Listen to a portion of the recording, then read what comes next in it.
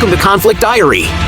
We share critical developments and the latest updates from conflict zones around the world. When the guns start firing, words become meaningless. If you're ready, let's begin reporting on what's happening in the shadows of war. We woke up today thinking the world would face a more peaceful day, but the newspapers didn't show it that way. In the meantime, meet Conflict Diary, the weekly newspaper. Why not follow the weekly war news with me from now on? So subscribe and let's get started. Putin is losing power. The throne in the Kremlin is shaking. Vladimir Putin's decades of iron-fisted rule are crumbling. Successive failures in the Ukrainian war, the bloody rebellion of the Wagner Group and crushing Western sanctions are putting a serious strain on Putin's authority. The people are whispering in the streets, and inside the Kremlin walls, power struggles are growing. Even former allies are now asking aloud, what comes after Putin? Ukraine's counterattacks have exposed the weakness of the Russian army. While the world is watching Putin's fall with curiosity, big change may be at the door. Atacms on air. The tide is turning on the Ukrainian front. The deadly Atacms missiles sent by the US to Ukraine have turned the rules of war upside down. These high-tech missiles are hitting Russia's logistics centers and military bases one by one. The operations carried out with Atacms in recent days have created chaos on the Russian front. The Kremlin seems helpless in the face of this threat. Russia's invasion plans have been disrupted by this game-changing move.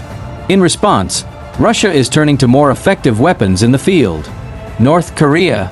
Kim Jong-un on stage once again. North Korea is challenging the world with long-range ballistic missile tests. Is Pyongyang, which has denounced US and South Korean military exercises as war provocations, triggering a nuclear crisis? As tensions in the region escalate, the Kim regime's military cooperation with Russia has alarmed the West. North Korea's moves could drag not only the region but the entire world to the brink of a new conflict. By sending troops to the Ukrainian front, North Korea has shown the courage to directly intervene in the war. New front line. Fighting has erupted again in Syria.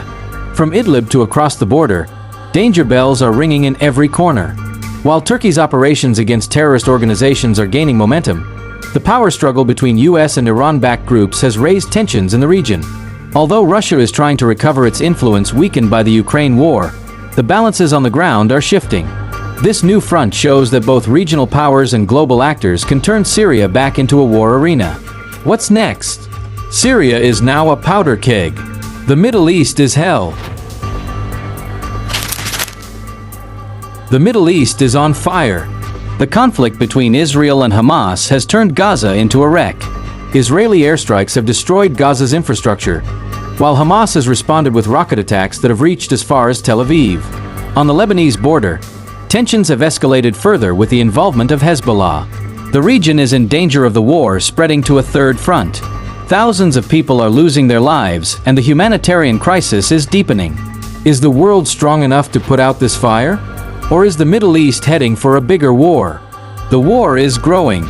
The growing shadow of war is reaching everywhere. As the Israeli-Gaza conflict rages on, there is a growing risk that the war will engulf Lebanon, the West Bank, and even Iran. As actors in the region take positions one by one, international powers are struggling to contain the situation. The indirect tension between the US and Iran could turn this conflict into a global war. The world is holding its breath. Where will the limits of this war stop? Ceasefire started. After many weeks of bloody clashes, the parties have finally agreed to a ceasefire. The ceasefire between Israel and Hamas raises hopes of easing tensions in the region. But how long will this peace last? Ceasefires have been broken many times before, and the fighting has intensified in the aftermath. Experts emphasize that the international community must step in and press for a more lasting solution. But Gaza's shattered infrastructure and the depth of the humanitarian crisis suggest that the road to peace is long and difficult.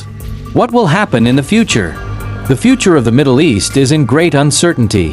While the ceasefire offers hope, war may flare up again unless fundamental solutions are found in the region. Israel's security policies, Hamas armament capacity, and the possibility of intervention by other actors in the region could trigger a new wave of conflict. At the same time, Iran's growing influence in the region and the rise of Hezbollah in Lebanon further complicate the balance. Without a strong international peace plan, real peace for the Middle East still seems far away. Thanks for watching. Don't forget to subscribe and turn on notifications for more.